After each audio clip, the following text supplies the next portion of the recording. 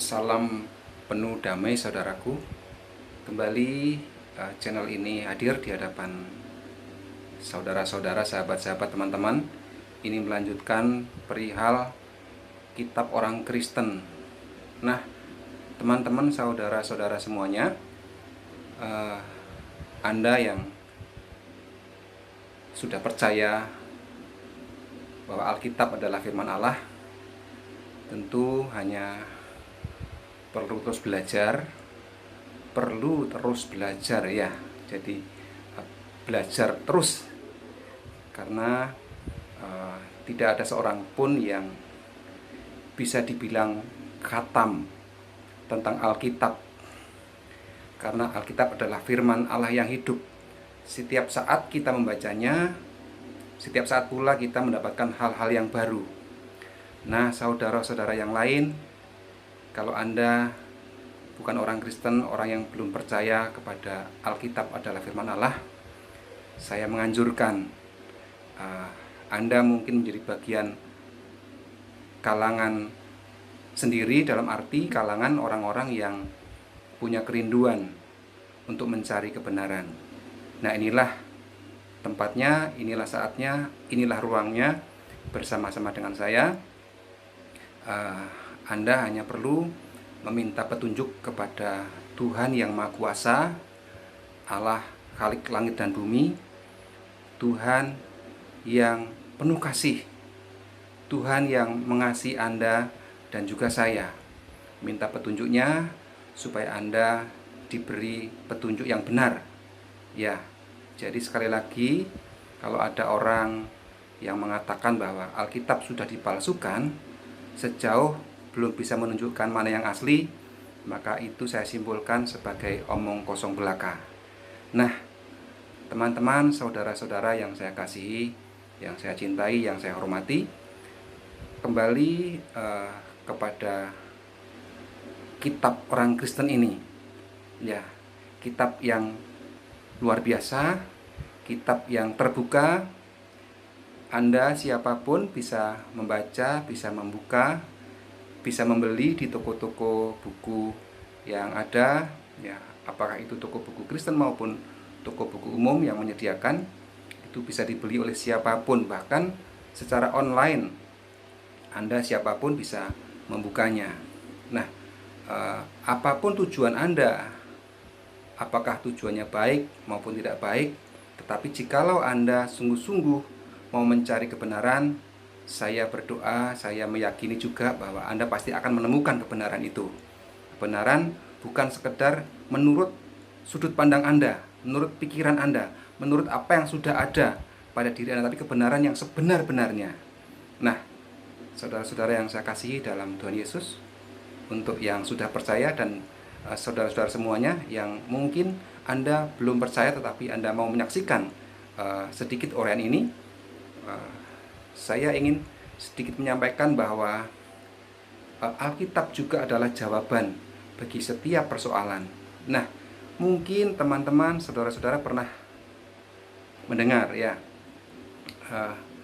bukan lagi namanya debat kusir, kalau saya katakan sekarang menjadi debat ayam. Apa itu debat ayam? Nah, saya tidak tahu mula-mula muncul di mana, tapi ada pertanyaan yang mengatakan lebih dulu mana antara ayam dan telur.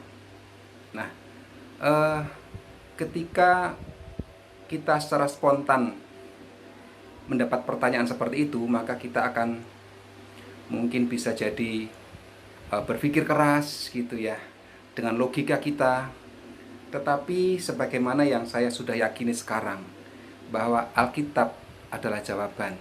Ya, kitab orang Kristen ini adalah jawaban semua persoalan, semua masalah yang teman-teman, yang saudara-saudara semua hadapi. Nah, mengapa begitu? Sebab di Alkitab juga disebutkan bahwa Allah menciptakan alam semesta ini, jagat raya ini. Di kitab Kejadian, kita akan buka, ada banyak kitab ya. Ini salah satu versinya. Kemudian ini juga adalah Alkitab. Ya, sudah lama sekali Alkitab ini. Alkitab yang saya beli di toko buku atau di koster yang ada di GKI Residen Sudirman Surabaya. GKI Resud Surabaya. Ini tahun 1990 yang saya beli dari hasil saya waktu itu bekerja. Jadi punya kenangan yang tersendiri yang luar biasa, karena ternyata isinya adalah juga luar biasa. Alkitab adalah buku yang luar biasa. Saya akan katakan seperti itu, dan Anda mungkin yang belum percaya, Anda perlu berpikir, merenungkan, benarkah Alkitab adalah buku yang luar biasa? Selain Anda berpikir, Anda merenung, Anda minta petunjuk kepada Tuhan yang Maha Kuasa, Khalik langit dan bumi, pencipta alam semesta ini, supaya Anda bisa mendapatkan penerangan yang sejati. Nah, saudara-saudara, teman-teman semuanya, sedikit saya ingin membacakan ya dari buku yang pertama, kitab yang pertama dari Alkitab. Jadi kalau kita terjemahkan secara sederhana, Alkitab adalah buku-buku, karena kitab berarti buku, al berarti jamak atau banyak ya. Dari kitab Kejadian pasal 1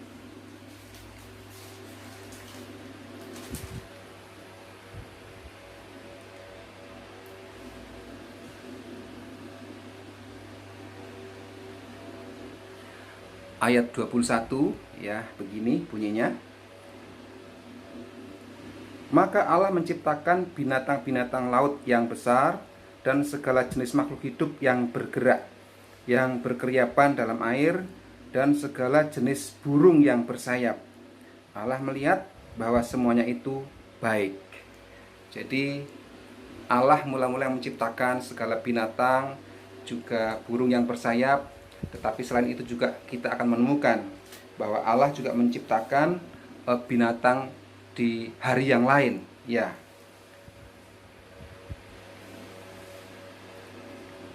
Jadi di dalam Alkitab juga, di kitab Kejadian, di ayat yang ke-19, pasal 2 ayat 19, demikian bunyinya. Lalu Tuhan membentuk dari tanah segala binatang hutan dan segala burung di udara. Dibawanyalah semuanya kepada manusia itu untuk melihat bagaimana ia menamainya, dan seperti nama yang diberikan manusia itu kepada tiap-tiap makhluk yang hidup, demikianlah nanti nama makhluk itu. Ya, manusia itu memberi nama, ayat 20 ya. Manusia itu memberi nama kepada segala ternak, kepada burung-burung unggas ya di udara, dan kepada segala binatang hutan. Tetapi baginya sendiri ia tidak menjumpai penolong yang sepadan dengan dia. Nah, sampai di sini dulu. Kita melihat di sini bahwa ada burung-burung, jenis unggas ya. Saya meyakini ada di antaranya adalah ayam. Dan Tuhan menciptakan bukan seekor-seekor. Tuhan menciptakan sepasang-sepasang.